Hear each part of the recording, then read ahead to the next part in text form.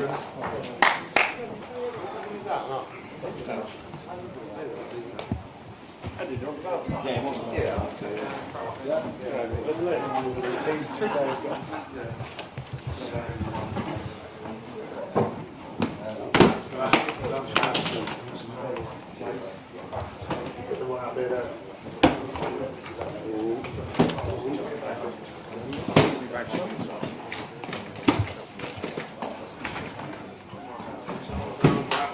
not on, Pat. Pat. It's not on. It's not on. And still! What's that? Me, aren't you?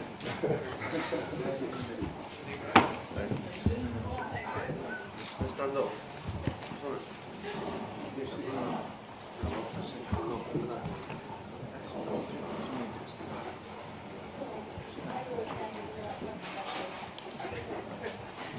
Hello everyone, I'm sure you'll agree it's an unbelievable night and delighted to give to you for questions still the WBA and IBF super middleweight champion of the world, Froch, after all.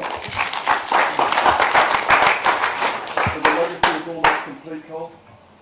Well, definitely. I mean, I said from the start this is potentially a legacy fight because I've had such a long, fantastic career. I've been involved in so many top-level fights. I said my legacy was potentially at stake, and it was, because unfortunately in boxing, people remember you for your last fight.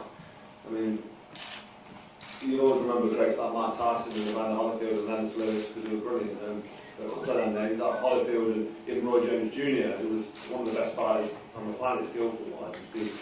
You look back on the career and say, you know what, he got beat by Glenn Johnson, he got knocked out by Tarver, and he did this and that. And it sort of tarnishes their reputation as fighters, fantastic fighters. And I didn't want to go out on my career or finish my career because my career would have been over. I would have retired if I lost. I didn't want to go out and be remembered in the biggest night in history, the biggest British fight in the history of boxing post-war. I didn't want to be remembered as being a loser.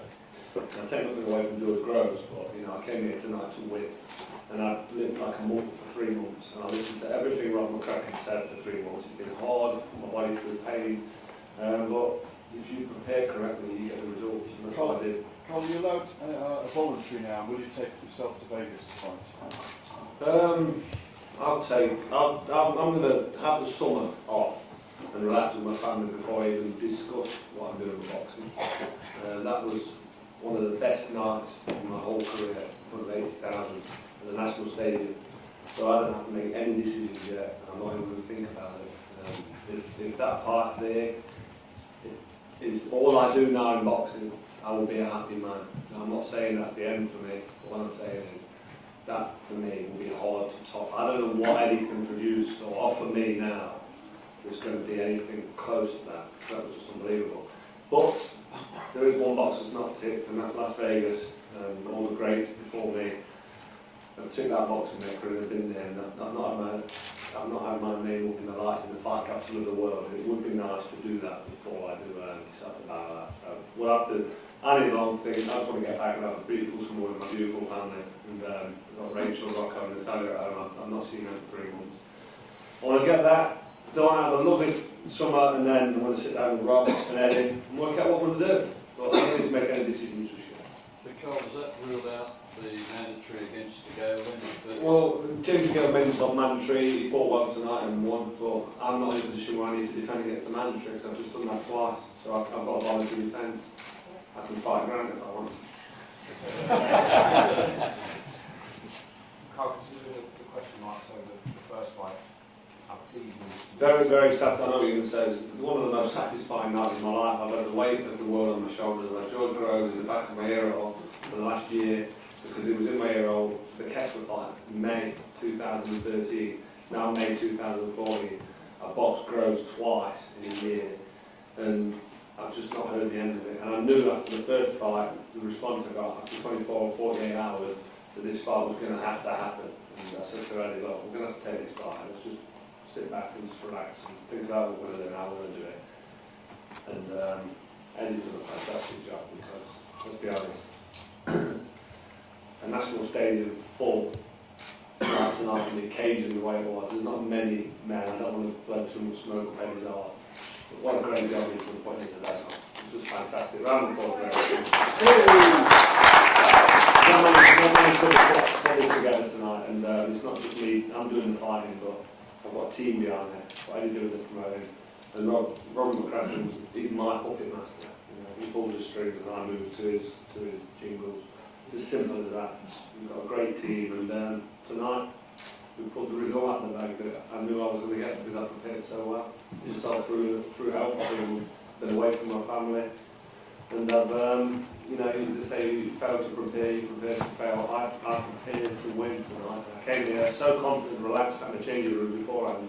I'm so happy, and just I had an hour's, tried to get an hour's sleep early, usually when I'm lying in my bed an hour, 5 days, trying to sleep, I can never sleep. But I get a good rest, and I shut my eyes and I think about the arena, I think about the fight. I'm a bit deep now, but I'll just put you through it. And as I'm thinking and concentrating, I think about the ring walk, getting in the ring, the tactics. My heart starts beating on the inside of my chest, and when I'm breathing, I can feel my heart interrupting my breathing pattern. And I was doing that today.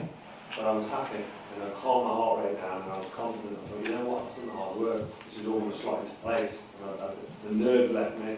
I visualised walking into the ring. I visualised giving George Groves my back, because I didn't want to stare at him for the whole announcement. And I gave him my back. I didn't look at him, because I didn't want to look at him. And I just stuck to the game plan. I listened to Rob, threw my jab, didn't rush in. Tactically, I was perfect. I got over a few shots, because George Groves is a good fighter, he was very fast, punched it as well. But it just all came together like we planned, executed the game plan perfectly. I couldn't be happier. And next question. How did you feel it was going in that fight? I thought it was close.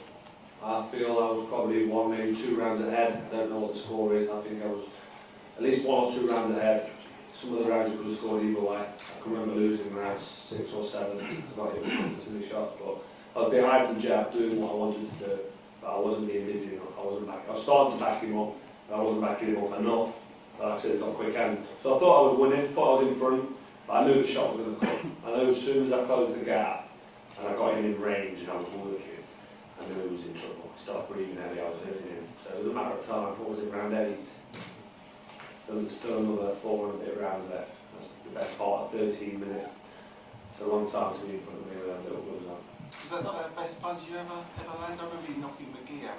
I think that was a great uppercut I landed on McGee when I broke down to knock him out.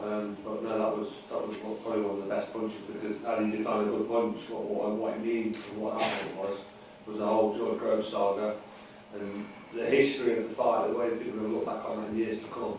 That was the right hand that finished the job. So yeah, that was the best punch I've thrown in my life. Did you see him open for that shot? Through the fight up until then? I saw the shot before I came, yeah, definitely. I went over the top of his head with that right hand a couple of times. I got my feet under my body, kept my centre of gravity good, the master taught me to do. And I've been keeping my feet under me for 12 weeks. Every now and again I stepped in behind the right hand and leave myself square on and come in flush, which is what I did in the first round of the last fight with George. And I've corrected that over 3 months of training and listening to Rob. And that punch just came, I just threw it. I didn't really try and knock him out, I didn't load up, I just threw the punch and just landed lovely. It was just a lovely, perfect girl of a shot, and it closed the show, and that's what world-class fighters do. George said he couldn't remember what you said to him at the end, Carl. What did you say to him? I said he's young, he's very talented, he's skillful, he can come again. Don't sort of go home and be too down and out and depressed, and don't sort of go on a downward spiral because you're a great fighter. You was in that fight right up until that point. So I punched very hard. Unfortunately, you know, I caught you with a shot that finished off, and that's boxing. It happens to some of the great fighters. You get hit with one shot. He's not quite got that toughness, George, which you need at top level. And I said that from the start anyway. You know, he's a good fighter. He's got quick hands. He's skillful. He's done a few bits as an amateur. But I just think that if I fight George Groves 10 times, I'll beat him 10 times. And that's not being big-headed. That's just because I've got ingredients that you can't teach. You know, you're born with them, and it's toughness and heart and a mindset and determination. And you can't train that. You know, I'm spiteful and I'm disciplined. And when I prepare correctly and I listen to Rob and do things right, they're the results. I've been saying it for the last probably 6 months that when I fight George Groves, I knocked him out between round 6 and 9, and I knocked him out around 8. He was coming. But early on, I boxed. I used the boxing skills that come to that won me 2 ABA titles and the first man to win an amateur bronze medal. People don't think I can box, and they think I'm a warmonger and I like to get in there and get Mickey Ward, get stuck in and have a fight and a tear up, which I do, I enjoy that. But I can box behind the jab effectively. And I showed that tonight against somebody who's actually faster than me. Rob, is that as well as Carl's boxed? You think? I don't know. I'd have to have a look at it. I think he's boxed probably better before, but very difficult opponent, very quick, very good rear hand, very dangerous with it, and he kind of stopped you coming in, George. But Carl applied himself in training for the last 3 months, and he worked hard, and he stuck to the plan, and eventually it was about closing the distance, and we keep George moving, and eventually the distance will shorten, and then the shots will be there, and I think that was the plan, and it kind of worked. Rob, we've seen Cole win fights with 12 rounds of brawling stuff. We've seen him win with flurries of punches. Has that big one right hand been something that you've worked on continuously? When you practice everything, I'd be a liar to say we constantly. We practiced it a lot. We practiced the left hook a lot, and we practiced his body shots, which I think in fairness were a lot quicker than they were last time. He was pretty rapid when he got anywhere near George with the body punching. I think that slowed George down a little bit, but Carl Froch is a tremendous fighter. He's a prize fighter. He knows how to box, and he knows how to fight, and he knows how to win at the elite level, and he's done that over the last 6 years consecutively. And he went on to do that tonight. But Groves is a tremendous prospect. I'm sure he'll come again. Carl, one of the things you said last week was that George would never be a world champion. Have you changed your mind? Were you just saying that, or do you still believe that to be the case?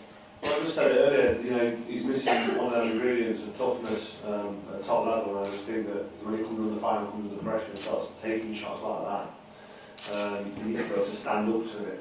So he still needs to prove to me you can take more than one right hand off a top level fighter. I'm a heavy puncher. I'm a concussive puncher, but I'm not a one punch knockout man. I'm not Julian Jackson or Mike Tyson. My shots hurt. I flattened him tonight there. That was, I'm not taking anything away from it. But I think in fairness to George, I think he's took the fight still relatively early in his career, and he's just jumped in with Carl Froch, and it doesn't get any tougher really, does it? Let's be honest. I think in fairness to him, I think he's capable. I think Carl would agree, he's capable of winning the World Championships, just not against Carl Froch or possibly an Andre Ward, but there's other fighters he could possibly beat for a world title and become a world champion. yeah, second, that's about level. You can beat certain champions, certain level of world champion. You can definitely become a world champion. Yeah, to answer your question. Nights like tonight, Toughness. Sorry. Nights like tonight, and that's what Toughness. Nights like tonight can ruin a fighter and end them, finish their career. They say what doesn't kill you makes you stronger. That could kill him. It could, shouldn't use that word, but you know what I mean. It could finish him off, or it could get determination from that and come back better. It's down to his character now, down to him. But I would like to give him advice. I don't think he likes me. Carl, we've had really great support from people in Nottingham, great numbers tonight. Just any words for them? Unbelievable support from the British public, and not just for me, for the whole event. I mean, this is the biggest fight post-war to take place on British soil, and it was a grudge match, domestic, and everybody got behind it. It didn't just capture the boxing public, it captured the British public, the non-boxing fan, the non-cheer fan. They've all come out and watched and supported this. Big thanks to the British public for getting behind them and take all the credit for it. They didn't come out to see me, they came out to see George Groves and me fight for 2 world titles in a great British affair, a massive dust-up, and they had a bit of music and animosity. So all the ingredients of being great.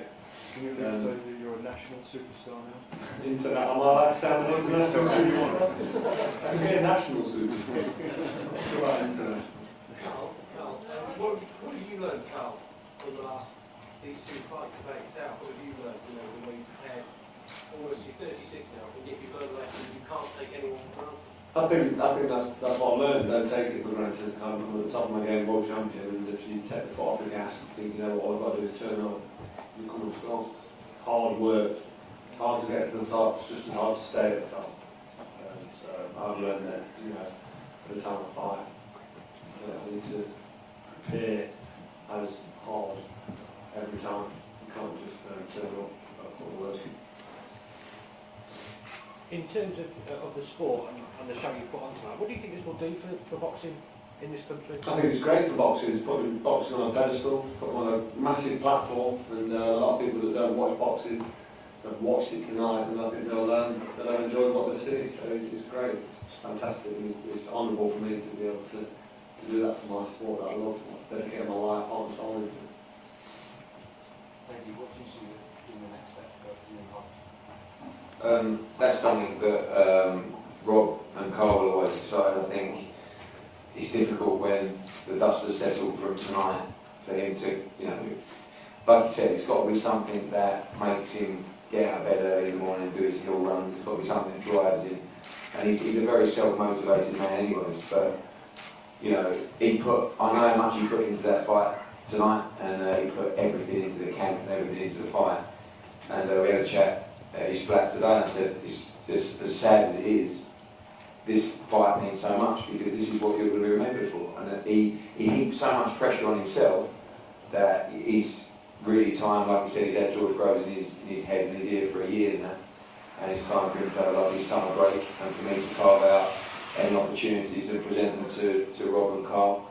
And if they float his boat, then I'm sure he'll fight again. If they don't, who knows?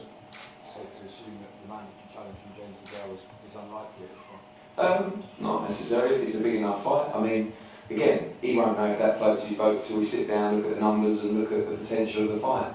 James is a mandatory challenger and he'll be doing everything he can to push his position. Carl has had back-to-back mandatories forced on him by the IBF, but also Carl doesn't box that often because he boxes twice a year really. So again, it's far too early to look at anything like that. I think James is a great young fighter and he'll definitely get his world title shot. And I'll go away and look at the landscape, and when Carl had a great holiday, I'll present the opportunities to him. And if he likes what he sees, I guess he'll fight again. If he doesn't, then who knows? Do you like the lights of the strip though, Eddie? It's a silly question. but no, listen, he deserves a big night in Vegas. And of course, the Chavez fight, we looked at it prior to this fight. Golovkin, and always the opportunity of a dual pay-per-view is something that definitely whets the appetite of a promoter, and I know it definitely whets the appetite for Carl Froch, an HBO pay-per-view and a Sky box office pay-per-view. Again, it's a decision for Rob and for Carl. It's just my job to present the opportunities, and if they like what they see, no doubt we'll go again. It's a very exciting fight as well, though, in terms of the styles of the two men, isn't it?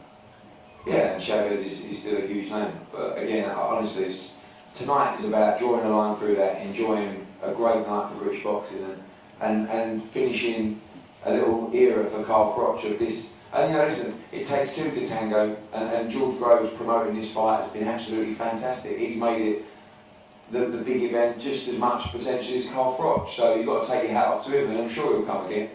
But there was so much pressure on Carl Froch tonight, and if he would have lost tonight, it would have been gutting. And you just can't keep him down. Have you taken Howard Frost out for dinner yet? No, that's a silly question because a referee has to act instantly, and I think what you saw tonight was that George Groves has the ability to be hurt, and he was definitely hurt tonight, and this is a very tough game. So I still back Howard Foster's decision, and that's that. Eddie, following on from tonight, not to put any shadow at all over what Carl's achieved and what the gents achieved tonight. When you see that, when you're the promoter in the middle of that tonight, you look around, there's 80,000 people, there's an amazing atmosphere, electric. Does it give you more desire to get those fights made that need to be made? The Frampton fight against Quigg, the Bellew and the Cleverly fight in a big stadium. Does it give you something? Yeah, of course. I mean, it hasn't sunk in yet tonight because my heart and soul was in Carl. I just wanted him to win. I didn't really get a chance to take it in. I looked back to my memory just before he walked out. I looked at the screen and I just thought, wow. But of course, listen, there's 3 fights I'd love to make: Calmbrook, Frampton, Quigg, Bellew, Cleverly. Could make them all this year, but it's not always that easy. But what that shows you is if you, as a salesman, if you've got the right product, you're going to sell it. But could you not put those 3 fights on at Wembley again, for example, all together? I need a beer first. We've got big bands. We've got big bands and we're relentless, so we don't want to stop there. And that doesn't satisfy me enough to just stop. So. Carl, 3 years ago you fought Glenn Johnson at Manchester City in front of around 1,000 people. How much does this mean to you for this night? What's the result? A big shift in 3 years for you. I was involved in big fights before that Glenn Johnson fight. That's just the way I worked out in America. I mean, I fought in front of 10,000 in Nottingham probably a year before that, and I fought Mikel Kessler in front of 12,000 in Denmark. But this fight is the biggest and best fight I've ever been involved in. It's massive. The words can't describe it. I mean, it's an obvious answer. I think everybody knows how big this is. I've explained it a few times. It's the magnitude of it is fantastic, and this is the best night in the history of my whole career. Bar no fights. And I've been involved in some unbelievable fights. For 80,000 at the National Stadium, it's going to be difficult to beat in any stretch of the imagination. I don't know how that can be beaten, to be honest. So how do you stay motivated? How I stay motivated is different goals and aims, and there's the rematches out there for me. There's different belts, and there's a lot we talked about Vegas. Well, the motivation comes from the desire and still want to fight. It's the enjoyment of the training. And when that goes, it's not about a financial gain or belt. It's about wanting to do something before I do decide time to go. I'm still in man at 36. I've got the rest of my life to live. And I'm sure I'll look back in 5 or 6 years when Rachel's nagging me and the kids are going mad, and I'm thinking, why am I still in that the gym? It's in the bag. I want to be back in the gym. So while I'm here, I'm going to relish it and enjoy it, and I can still fight. I'm going to continue to fight. But at the minute, it's difficult to top this evening. This evening is just unbelievable. This is like the pinnacle of my career. And setting the score in a grudge match and getting the whole weight of the world and putting the whole George Grove saga behind me in such a satisfying manner. I'm just going to be smiling for the whole summer for the next 10 years. And an even bigger victory outside the ring tonight. Well, there's no official proposal tonight, but we did make a decision that one day we will get married. Congratulations. Thank you. There's no official proposal. I want to propose to Rachel in my own time when I've got a ring, and I'd like the kids to be there as well, actually. But Rachel's the one for me. I'll be there. I'm all going to cry, bro. Carl, you've General White. got two belts there. When you look at the other champions, you think that it's a genuine opportunity there for you, British boxers. Sakio Baker, WBC champ. Yeah. Arthur Abraham. Yeah, I've already been down that road. Yeah, I mean, there's 2 names. Hello. Sorry, go back. No, it is. Yeah. I've got 2 of them. Oh, as long as you have. Let me have 3. Let me set yours up. How you doing, Sakio? Alright. And there's no potential name, Sakio Baker. I mean, he's dying for it, as you can see. I'm not desperate. You don't want to find out. I want it back. You have a wife, what you know. Just less than you shout. He's definitely an option, definitely. I mean, he's a great fighter, tough, strong man. Fought Calzaghe. Yeah. Fought Calzaghe. A lot of people remember that. There's another potential name, potential option, but I do the fighting, he does the matching, so I'll let him have the argument with it. One thing you'll see is every man needs dog when to fight Carl Froch, because as I've said before, he's the money in the super middleweight division. And I think he's shown that tonight, so I'm sure there'll be an orderly queue. Sakio's a great fighter. And I'll go away and look at the opportunities and present them to Carl. Just a quick thank you to all the media. I mean, I really appreciate the way you've embraced this. I hope everyone's enjoyed the show.